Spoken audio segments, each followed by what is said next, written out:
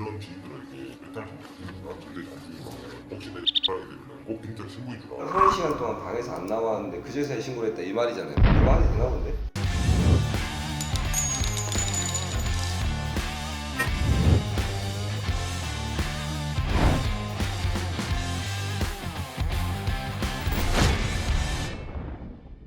안녕하십니까. 안녕하세요. 내용을 대략 보니까 상당히 좀 의구심이 들고 좀 의심이 들 만한 사건인데 경찰들이 초동 대처가 조금 문제가 있어 보이긴 하는데 유족 B 입장에서는 동생, A 입장에서는 본인의 누나가 지금 사망을 한 사건이 발생을 했어요. 그 사망의 원인과 관련해서 이게 냐 살인냐에 대해서 확실하게 밝혀진 게 없는 상태인데 경찰은 집에서 목을 매달았다는 이유로 보고 있고 사망까지 이르게 된 과정에서 이라는 동거남이 있었는데 전과가 있는 이제 문제가 있는 놈이 있었는데 이와 관련해서 뭐 돈도 빌려주고 뭐하고 뭐 이런 걸 보면은 단순 살이 아니라 있을 가능성도 있다라고 지금 유족들은 의심하고 있는 상황인 거죠.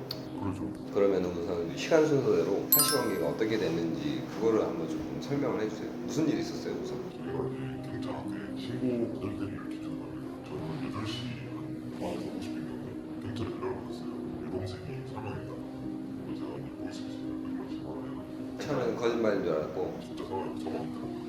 그 동거남이 옆에서 친다 하더라고요. 피해자분의 동거남이 현장에 같이 있었다. 네. 걔 이름이 잖아요. 걔가 전과에 없었어요.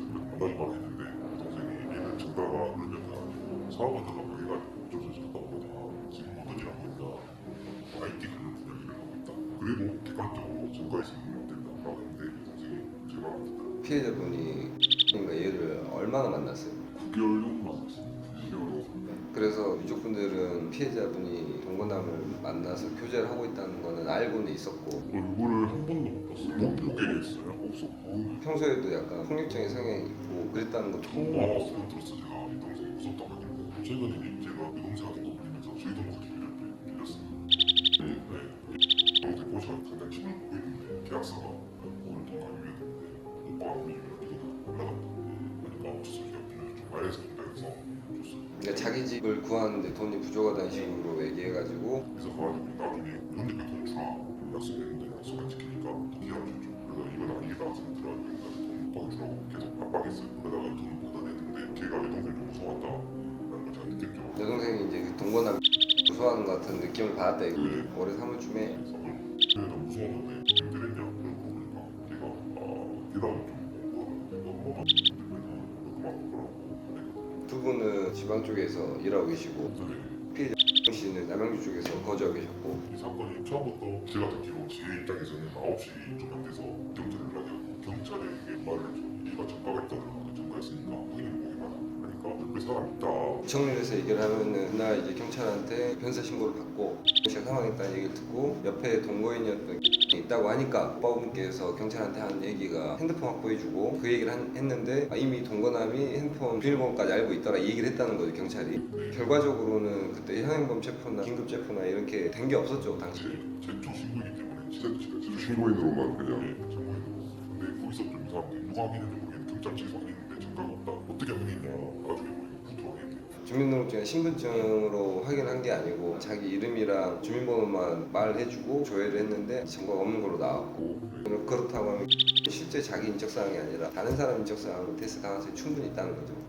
두 번째로 그 이상한 거잖아요. 이라는 자기 지인인지 모르겠는데 그 사람 신분증을 대고 이제 도주를 결론을 했죠. 최초 신고 현장에서 자기 이름은 인데 본인 친구인지 지인인지 모르겠지만 한 사람의 신분증을 제시를 하면서 내가 이다 이렇게 얘기했다는 거예요. 제시도 안 하고 그냥 그 주민등록번호를 외우고 그냥 구두로 말한 거예요. 경찰한테 내가 하면서 주민번호가 뭐다고 이렇게 했는데 경찰이 그거 믿고 신원조회 해보니까 증거가 없는 걸로 나와서 문제없이 넘어갔다는 거죠.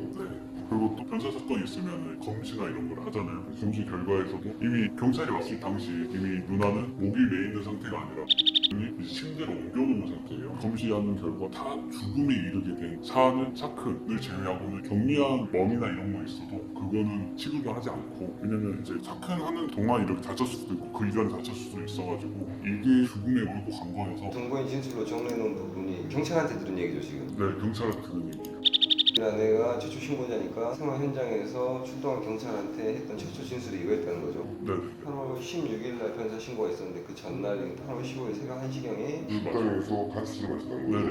이랑 술을 같이 마시고 가벼운 다툼이 있었고 이후 택시를 타고 누나 집으로 이동을 했어요. 집으로 가는데 집에 도착하고 씨가 안방문을 잠그고 안방 누나 거실과 작은 방에서 자기는 있었다 이런 건 네. 그리고 누나는 이제 그 직후 새벽 2시경에 사망한 걸로 추측이 되고 동거인은 새벽 5시까지 잠을 안 잤다고 하더라고요. 약 30시간이 지난 동안 누나가 안 나왔는데도 불구하고 얘는 컴퓨터라든지 아프리카 TV, 유튜브, 피파, 롤 이런 게임을 좀 하고 있고 그러면서 이제 카톡으로는 바쁘다 바빠 그 순간 저희들이 얘가 바쁘다 바빠 할 때 뭘 하고 있었을까 하고 컴퓨터를 뒤져보니 아프리카 TV 스크린샷 해놓은 게 있더라고요. 얘는 바쁘다 바빠 한 순간에도 누나 그 안방 옆에 있었던 게 아니라 다른 방, 컴퓨터가 있었던 방에 있으면서 약간 뭔가 자작극을 한 것처럼 본인이 말한 것은 8월 16일 아침에 열쇠공화 같은 문을 이렇게 강제 개방했을 때 그때 처음 알았다라고 알고 그러니까 그때까지 그 시간이 한 30일 들어가고 30시간인데 30시간 동안 방에서 안 나왔는데 그제서야 신고를 했다 이 말이잖아요. 네 결론 그거죠. 결론적으로 봤을 때 많이 되나 본데? 그 다음에 또 최초로 그 문 딸 때 열쇠 카드 결제되어 있어요. 여동생 거를 결제했더라고요. 8월 16일 7시 23분에 결제했는데 그때 결제는 이미 문을 개방했을 때요. 근데 만약에 제 여자친구나 가족이 1시간 동안 안 나왔다. 바로 문 열자 결제 문 열자 바로 생사를 확인해야 되는데 바로 문 열어주니까 결과가 열쇠공화 열쇠 들어가지 말아주고 내 동생이 내 여자친구가 알몸으로 수면제를 먹고 자고 있다라고 말하니까 그 사람은 들어갔대요. 씨가 안방에 있었고 네. 안방 안에 화장실이 있었고 네. 안방 문만 딴 다음에 열쇠공한테는 들어가지 말라고 해서 열쇠공은 안에 못 들어가봤다는 거죠. 네네. 최초 상태를 못 보고 네, 8월 16일 새벽 2시부터 이제 이 남자가 비용부터 해가지고 문을 열 수 있는지 여기가 전세다 보니까 열쇠 뭉치가 있어야 돼요. 그 열쇠 뭉치를 뭐 찾았다 이렇게 하면서 취소를 했었고 6시경에 또 다시 전화해서 아 그게 안 맞다 또 다시 와라 해서 이 열쇠공 7시 도착했고 20분 만에 이제 강제 개방을 완료를 했대요. 그 이후에 이제 안방에 못 들어가게 한 이유는 아까 말한 것처럼 여동생이 알몸이 있어요. 알몸이고 이제 약을 먹고 자고 있다. 그 남자는 왜 문을 열어두라 했냐면 안방에 강아지가 있는데 강아지 약을 먹여야 돼서 문을 열어두라 한 거다. 진짜 안방에 가서 강아지 데리고 나와서 경영약을 먹이고 그 다음에 이제 강아지 또 안방에 다시 두고 온 거예요. 그 다음에 열쇠공 옆에 서서 결제를 해주라. 강제 개방했으니 빨리 가라 이런 식으로 하면서 결제를 해주라 했고 그러면서 이제 열쇠공이 외쪽으로 좀 드릴로 지디딩 해가지고 부쉈는데 약을 진짜 많이 먹었나 보다. 이렇게 시끄러운데도 불구하고 이 여자가 인기척이 하나도 없으니까 강아지를 데리고 2번이나 안방을 왔다 갔다 했는데도 그 사람 엄청 태연했대요. 열쇠공이 문을 따고 나서 들어가자마자 당연히 확인했을 거 아니에요. 그렇죠. 30시간 동안 여자친구가 안 나왔으면 술을 먹고 안 나왔으면 당연히 들어가서 강아지가 아니라 당연히 사람을 보고 그러면은 지금 목을 매달았다는 건데 그걸 보자마자 소리를 지르는 그렇죠. 지르는 게 당연히 정상적인 반응인데 밖에 열쇠공 사람이 있었는데도 강아지 데리고 나와가지고 강아지한테 뭐 약을 먹이고 결제해주고 보냈다는 거죠. 말이 되나 이게? 말이 안 맞죠. 게다가 또 여기가 투명한 곳이에요. 여기 누나가 샤워부스 이런 죽었다고 하는데 여기가 유리로 돼 있고 바로 보여요. 그러니까 들어가면서 고개만 돌리면 바로 그렇죠. 보이는 상황이다. 왜냐면 또 30시간 동안 없었는데 침대에 있던지 아니면 당연히 화장실 그 있겠지. 이후에 보는 유가족들한테 현재 사실을 씨가 사망한 사실을 전화로 알렸고 유족분들은 경찰 그 현장에 출동한 경찰들한테 얘가 전과도 있고 의심스러우니까 신병 확보해달라 동생 핸드폰을 확보해달라 이런 식으로 얘기를 했다고 했는데 이 새끼가 자기 신분을 속이고 경찰한테는 이라는 자기 친구 인적사항이란 주민번호를 얘기를 해주면서 내가 이다 이렇게 허위로 당연히 이것도 주민등록법 위반이거든요. 신분 도용을 했죠. 신분 도용을 해가지고 허위로 지금 자기 신원을 속인 거고 우선 신원을 속일 필요가 없는 거잖아요 사실. 그렇죠. 속였다는 것 자체가 존나 막 이상한 거고 신원을 속였는데 경찰은 신분증을 확인을 안 하고 이 사람이 이랑 그 말만 믿고 주민번호 조회해보더니 전과 없으니까 그냥 뭐 별 문제 없다 생각하고 신병 확보를 하려고 하거나 그런 시도를 안 했다는 거죠. 그리고 그 동생분 씨 핸드폰도 확보해달라고 요청하니까 경찰이랑 통화할 때 그 바로 옆에 있었고 경찰에 한 얘기가 남자친구가 이미 핸드폰 비밀번호 알고 있던데요 이렇게 얘기를 해줬고 그러면은 그 말은 이씨 핸드폰에 있는 내용을 뭐 지우거나 그랬을 가능성도 충분히 있는 거죠. 그렇죠. 근데 실제로 나중에 확인을 해보니까 당시에 지명수배 상태였다면서요. 지금 서울구치소에서 구속돼 있잖아요. 네, 그렇지. 저희 건 말고 다른 거. 다른 다른 거. 건으로 우리 건도 아니고. 그러면은 이제 발장약을 이제 구입 후 이제 10시 반쯤에 자기가 상고인 조사를 받으러 오겠다 해놓고 핸드폰 끄고 이제 이때부터 동조를 해버린 거예요. 그때 잠적을 했다가 저희들이 계속 민원 넣고 다른 사건을 다 제쳐놓고 왜냐면 초동 조치를 잘못했고 기자가 계속 압박을 하니까 신문 도용이라는 별건을 만들어서 이제 추적했고 이제 서울 PC방에서 잡았다. 사건이 신고하고 약 한 6시간이 지난 이후에 경찰도 얘가 안 오니까 신분을 확인해봤고 전화를 하니 나는 남양주 감독도 없고 그쪽 생각도 없다. 그러니까 경찰이 실수를 한 거지 명백히. 그죠? 이게 당시에 변사 사건이고 사람이 사망한 현장에 있던 사람인데 신분증도 확인을 안 하고 그 사람 말만 믿고 풀어줘 버렸다는 거 아니에요? 그죠? 그러면서 저희들한테 나중에 뭐라 했냐 파출소에서 신분증 확인, 신분 확인하는 게 원칙이고 자기는 의무는 아니다 이런 식으로 얘기를 하면서 또 떠넘기더라고. 파출소가 잘못했다. 그리고 또 사건 담당 형사 있잖아요. 8월 16일 8시 신고해가지고 부검 당시 2시경이 죽었다 이렇게 얘기를 하면 얘가 착각을 한 거예요. 신고하고부터 이제 6시간밖에 안 지났구나 이런 생각을 하고 우리가 좀 잘못 알려줬어요. 현장에 출동했던 경찰이 사망 추적 시각을 잘못 알고 있어가지고 실제로는 씨가 방에 들어가고 나서 30시간 뒤에 신고를 한 건데 그것도 지금 착각해가지고 6시간이라고 생각하고 있는 상태에서 수사를 진행하고 있었다는 거잖아요. 근데 지금 유족들 입장에서는 당시에 그 사망 현장에서 바로 옆에 보면은 폭행해가지고 다시는 그러지 않겠다는 식으로 쓴 각서까지 있었고 근데 그런 것만 제대로 확인했으면은 같이 살고 있는 남자친구와 여자친구를 폭행 사실도 있었고 했다고 하면은 그리고 앞전에 우리가 얘기했던 그런 정황들이 비춰보면 충분히 의심을 할 수 있는 상황인데도 그걸 안 하고 풀어줘 버렸다 이거잖아요.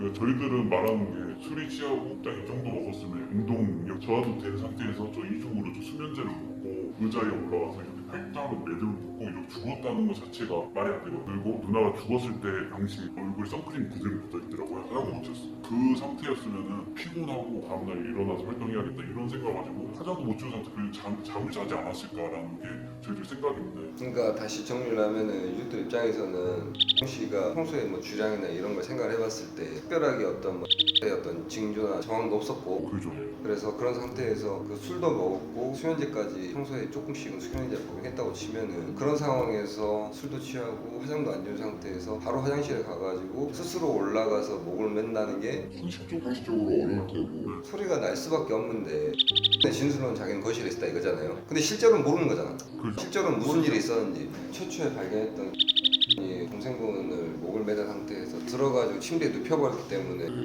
당시에 어떻게 죽어 있었는지를 정확히 지금 경찰들이 알고 있는 게 없다는 거잖아요. 그게 가장 큰 문제고. 근데 통상적으로 목을 매가지고 사람을 발견하게 됐을 때 그냥 경찰에 신고를 하지 그거를 내려놓을 생각도 못 할 것 같은데 와서 무서운데 과거에 그 이전에도 를 폭행하거나 일반적인 데이트 폭행으로 신고를 내려가고 걔 상장을 잘못했어요. 친구가 여동생 맡고 있다.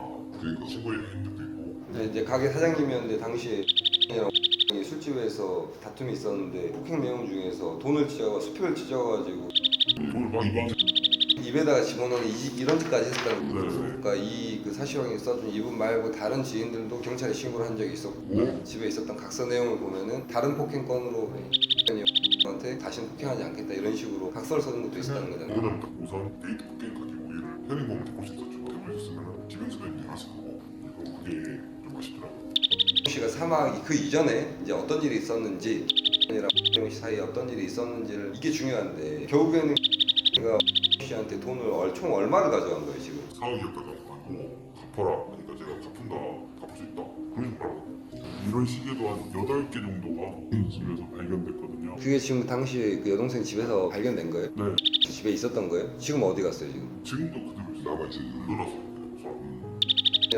씨 사이에서 무슨 일이 있었는지 생각을 해보면은 씨한테 자기가 이런 시계 고가의 시계를 가지고 있으니까 이걸 담보로 해서 돈을 좀 빌려달라. 근데 빌린 목적은 뭐 무슨 잘 들었어요. 전세를 집을 자기가 자기 명의로 산 집이 있는데 갭투기를 샀는데 전세금 돈을 줘야 되는데 그걸 짝짝 떨어지잖아요. 그러니까 씨가 한테 돈을 빌려주면서 했던 얘기는 자기가 갭투자를 샀던 집이 있는데 만기가 돼가지고 전세 보증금 돌려줘야 되니까 세입자한테 보증금 돌려줘야 되니까 그걸 돌려주기 위해서 돈을 빌렸다 이거잖아요. 15인가 돌려줘야 되는데 2억이 부족하다 이런 식으로 그렇게 돈을 빌려서 처음에 그런 명목으로 시작해가지고 돈을 빌려가지고 그 이후에 또 여러 가지 얘기도 있었을 거 아니에요. 근데 결국에는 최종적으로 씨가 한테 빌린 돈이 5억이었고 5억 정도 됐었고 그 돈을 지금 돌려받지 못해가지고 씨랑 사이에 계속 다툼이 있었거든요. 그러잖아요.